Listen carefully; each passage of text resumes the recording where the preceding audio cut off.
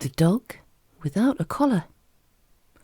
Bobo was a fat little puppy, and he belonged to Rosie, who loved him very, very much. When he was 6 months old, Rosie's father said that he must now have a collar with his name and address on it. So Rosie took him to a pet shop with her mother, and together they chose a beautiful red collar for him. "We will have his name and address on a little silver tag to hang on to his collar," said Mother. The shop assistant showed Mother and Rosie some round silver tags, and they chose the one they liked the best. "Please put Bobo's name and address on by the time we come back from our walk," said Mother.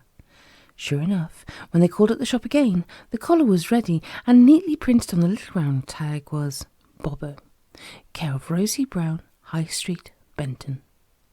"Oh, doesn't it look nice?" said Rosie, pleased. "Won't Bobo be proud to have a brand new collar of his own?"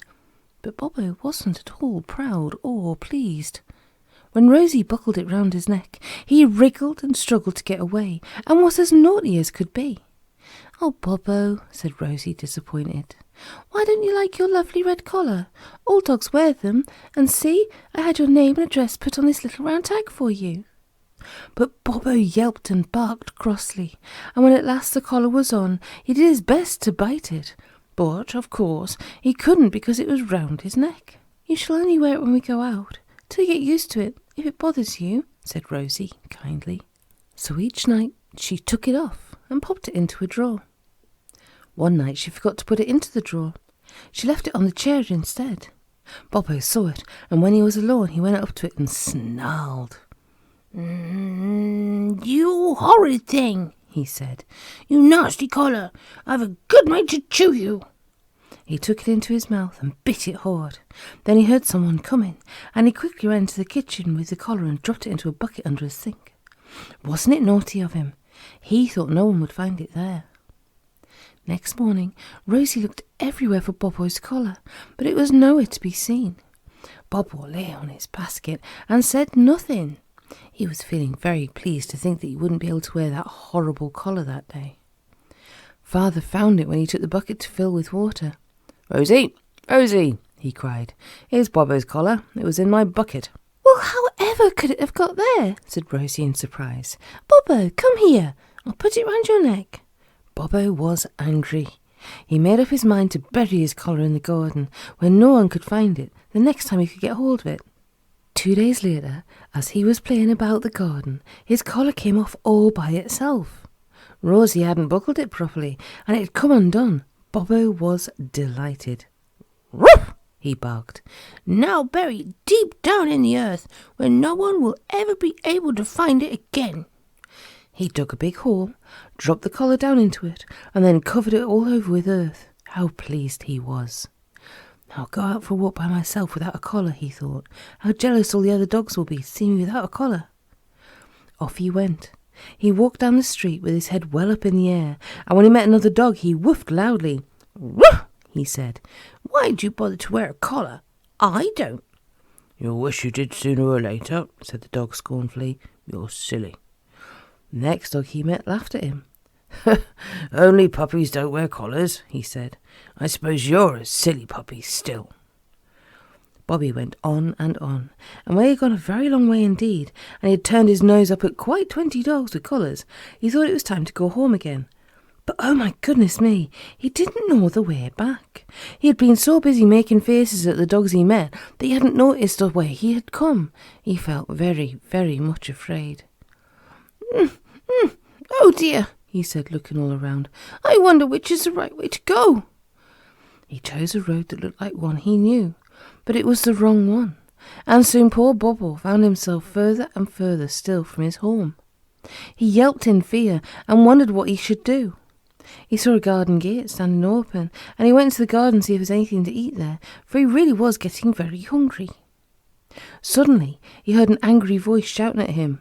"Hey, you bad dog! What are you doing in my garden? No dogs are allowed here. Go away! Look at the mess you made of my wallflowers, scraping up the earth like that." Bobo looked up and saw an old woman shaking her fist at him angrily. He forgot where the gate was and tore off towards the house. He ran to the hall and the old woman ran after him.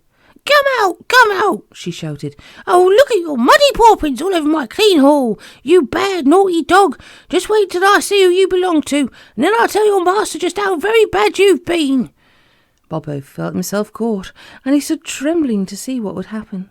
He felt the old woman's fingers around his neck, and she said in surprise, Why, you haven't got a collar on, so I can't see your name and address. I shall have to call a policeman and tell him you're a stray dog. Oh dear, call a policeman. Poor Bobbo shook all over. He didn't want to go to prison, and he thought he might have to for making a mess of the old lady's clean hall. The old woman went into the garden and looked over the gate. She knew that a policeman came down her street about that time. She saw him and called to him. Bobbo saw him walk up to the gate, and he tried to hide himself, but it wasn't a bit of use. There's a stray dog here, Constable, said the old woman. He's got no collar on and no name or address, and he's made a dreadful mess of my garden and hall. You better take him along to the police station. Very good, madam, said the policeman, and he picked Bobbo up and carried him away. Poor Bobbo, how he shivered and shook with fright. He soon arrived at the police station, and another policeman looked at him sternly and wrote something down in a book. Why don't people put colours on their dogs with their names and addresses? Said the second policeman crossly. It's such a waste of time having to keep dogs here. Bobbo was put into a bare little room by himself. He was hungry and thirsty, but the policemen were far too busy to think about the dog just then, so Bobbo lay down on the floor to see what would happen next. Nothing happened. The policeman forgot all about him, and the evening came. It grew dark in that little bare room, and poor Bobbo was cold and frightened. Oh, if only I got my red collar on, he whined. Then the policeman would know my name and where I lived, and they could take me home. But they don't know who I am, and Rosie doesn't know where to look for me. And I can't find my way home, even if I could escape, which I can't. Oh, why was I silly enough to bury my beautiful collar? All dogs wear collars. They're nice things to have. I do want my collar again. Suddenly the telephone rang, making Bobbo jump terribly. He heard the policeman in the next room answering it, and his heart jumped for joy when he heard what was said. Hello, said the policeman. This is the police station? Yes, we do happen to have a stray dog here, a puppy, but he's got no collar on, so we couldn't take him home. Yes, he's black and white and very fat. Very well, miss, I'll keep him until you come for him. Bobbo guessed that Rosie must have telephoned the police station about him when he didn't come in for his tea. He was so glad to think he wouldn't have to go to prison, but was going home instead, that he frisked around and around the little bare room for joy. Soon the door opened, and in came Rosie and her mother. You should have seen Bobbo rush to them, and he jumped into the air and licked their hands. He barked for joy. And all the time he was trying to say, I'm very sorry I hid my collar. I'll dig it up again and wear it tomorrow like a good dog. But Rosie and her mother didn't understand what he was saying. They just kissed him and hugged him, and then carried him home. They gave him some hot bread and milk as soon as they were home, and then he curled up in his basket and fell fast asleep, tired out after his adventures. Next morning, when Rosie called to him, he ran up to her. I've got to get some more money out of my money box to pay for a new collar for you, said Rosie. I don't know where your other one is. You are costing me a lot of money, Bobbo dear, because I had to give the policeman £5 whole for being kind enough to look after you when you were lost yesterday. I do wish you hadn't lost your collar.